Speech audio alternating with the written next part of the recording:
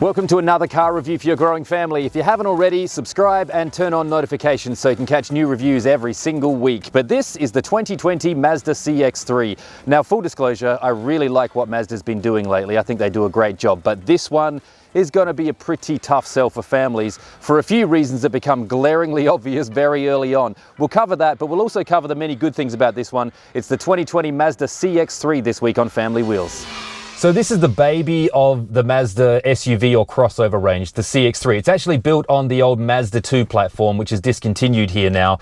And here is my problem with it. We drove the Mazda 3 Sport a couple of weeks ago. You can check out the review. I'll put a link for you up top here, which is called the Hatch in the States. And I feel like that would be a better choice than this. It's got a nicer interior. It's got more power under the hood. I think it looks better. It's got a little bit more passenger space in the rear. It's got way more trunk space, and it costs about the same. It'd actually be a better choice than this. I feel like this is almost made just because crossovers are popular at the moment. A couple of benefits of this: it does have a better ride height. Obviously, if you're getting in and out, and even for families, if you are putting kids in and out, having things a little bit higher is a bit easier on your back. And it also gets a little bit more natural light as well. That Mazda 3 hatch had really big C-pillars at the back, but this one's a bit brighter. It's got actually an extra window at the back there, so it is a little bit bigger and brighter. And then you've also got Mazda's new car, the very confusingly named CX-30. So that's a little bit longer, a little bit wider, again, way more trunk space. It's got more passenger space in the back. It's got a nicer interior. I think it looks better, but it costs around about $2,000 more to start with here in Canada. So the Mazda CX-3 underwent a pretty big design refresh for the last model year. So there's nothing massive aesthetically for this year. There is a shift around in some of the trim level stuff. So the GT package in Canada is now the top trim level. That's the best you can get. In the States, though, you're now down to one. You've got the Mazda CX-3 Sport. You can still choose all-wheel drive or front-wheel drive, though. And in Canada, the first two trim levels you can choose between front-wheel and all-wheel drive, but then this one, the GT,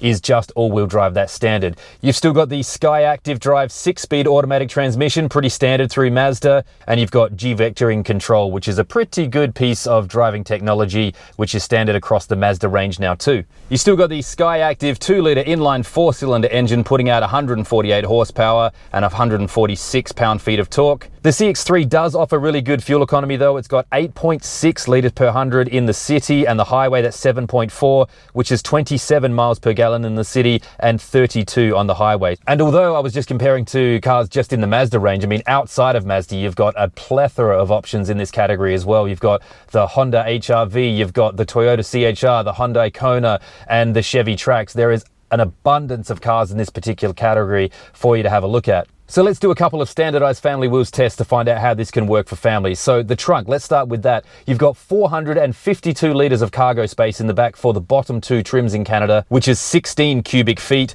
And then this one, the GT, has 408 litres. So it has nearly 50 litres less, which is 14.4 cubic feet, which means we have a bit of a problem with our standardized tests. Our stroller, 2 bags of grocery, camera gear, soccer ball. If you cram it in and maybe take that parcel shelf out, which is a flimsy, foamy kind of thing, which makes noise when you move it around, it is really tight. There is a little bit more space under that little tray there. You can, I don't know, pop some valuables, laptops or something under there if you want, but I'd actually prefer if they just took that out and sunk the whole thing so you had a little bit more room back there. Now, by comparison, the Mazda CX-30 has 572 litres, which is about 20 cubic feet, and that's pretty similar, almost bang on, for the Mazda 3 hatch or the Sport as well. Both have significantly more space than this one. Let's take a look at the back seat here. Same deal coming up for the rear-facing kid seat test. I didn't even bother with our really chunky one, the Collect Flow. I used the Diona, and even then, I'm 6 feet tall. My knees are actually touching the glove box up here, and even when my kids are in their car seats back there, they have pretty minimal leg room when they're boosted up on their seats. These seats, to cater for it, I'll give them credit, they've made these seats really, really thin. They've even carved out the back and made them concave. So they've done their best to help you out there, but passenger space in the back is at a minimum. And even myself sitting back there, if you've got a passenger, an adult, I'm 6 feet tall, as I said, my head was nearly touching the back there. If you're going to be much bigger than me, you are going to be rubbing on the top and it's going to be messing up your hair and making it all static. The door openings are really quite small. They've kept the door arches as high as they could, but it's still quite a small window there. And then when the doors open, they don't open to a large degree either. So it is super tight getting kids in and out. Even at the back, I actually found that the kids' seats would actually fit better back there if I was to take off the headrests at the back. They'll sit flush a little bit more at the back. But then I discovered that you can't actually take the headrests of the back seat off while the seats are up. There's not enough room. It hits the roof, it doesn't come off. So you can lean it forward and then pop it off that way. Also, the door tubs in the back, you've got room for one drink bottle either side. In the front, you've got a little bit more, a drink bottle and a bit more. You've only got one pocket in the back of the seat there, and there's no pocket behind the driver's seat, because I think it's because this one's a bit chunkier. This one's quite thin. This is a bit chunkier because you've got the electric capabilities here, but this one is all manually adjustable. Storage in the rest of the car, you've got a nice sort of pocket down here. The glove box is actually really big. That is one of the biggest areas in the car in terms of in the cabin here. They've tried here, they've given you 3 little sort of slots, but this is also where your beverage holders go, which are like pop-up beverage holders. So you probably use this one a bit. This one sort of flips up and back. It's very flimsy. Quick interior check and then we'll go for a drive. So if I just turn on the accessories here, the colors on it, like in the Alcantara or the fake suede here, like a sort of a gray, and then the harder plastics, some brushed metals in the black, some black gloss. I think that comes together nice. I think it looks pretty good. And your air vents here have got some nice red detailing on them.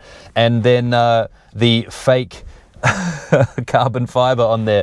So being the GT trim, by the way, I feel like the name's a bit misleading, the CX-3 GT. And then you get this. Yeah. I've always liked the Mazda Connect system. This is quite a small screen. This is a 7-inch screen, so you can control it with some touch screen up to a certain speed. When you go up a certain speed, you can't use it as touch, but you can use your connectivity down here. Apple CarPlay, Android Auto is standard. And the GT is the only one with navigation as well, which the resolution isn't particularly good, so I'd end up using your Apple CarPlay if you happen to have it as well. On the GT trim, you also have the Bose premium sound system, which is a good one. They've been working well with the Mazdas.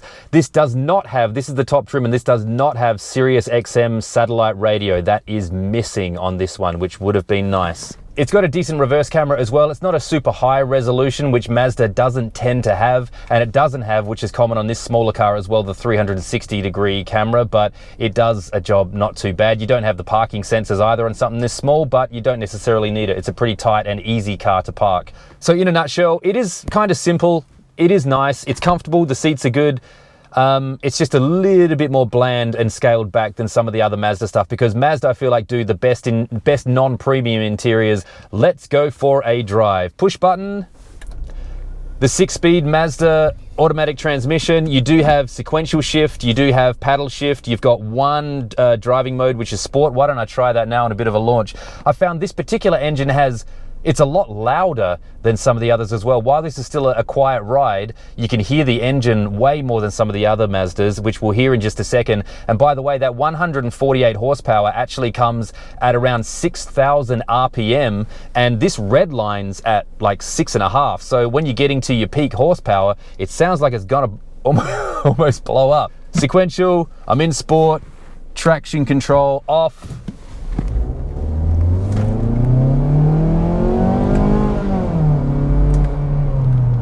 Yeah, not nice sounding. In the city where I've been, it's been nimble, agile, pops in and out of traffic. It handles well. I've taken a few corners at speed and it handles that reasonably well. What I don't love is the shield there for the head-up display. Mazdas are doing a great job of giving head-up display in their highest trim level, but in this one, I guess because of the size of it, they've had to use this, the reflective shield, which looks terrible. And I'm 6 foot tall and I've tried really hard, but I've not been able to get it up to a desirable level to where I would have it on other cars.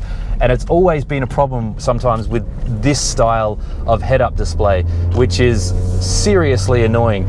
Here's something interesting as well, because this is so small, you can't actually put this visor all the way down without it hitting your mirror. So if the sun's in your eyes, you want to pull it all the way down, you gotta push it through and then readjust your mirror. Come on, and then put it back and you smack it again. And then put it back and you smack it again. Damn it.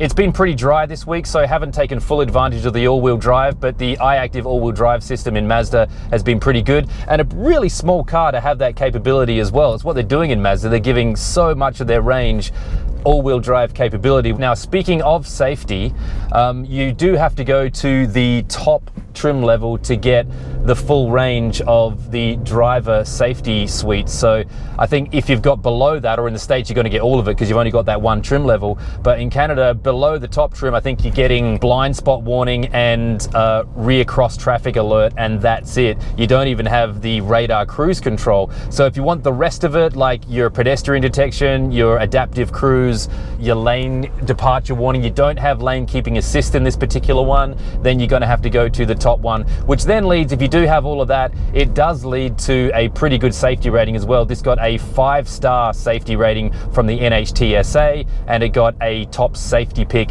from the IIHS. Let's do a quick price check. So in Canada, the CX-3 starts at $21,045 up to the GT, which is $31,045. Now this one, as tested, all in $33,195. The option of this one, which is a couple of $100, is the color, which is ceramic metallic, and the all-wheel drive, if you want that, starts at $24,345.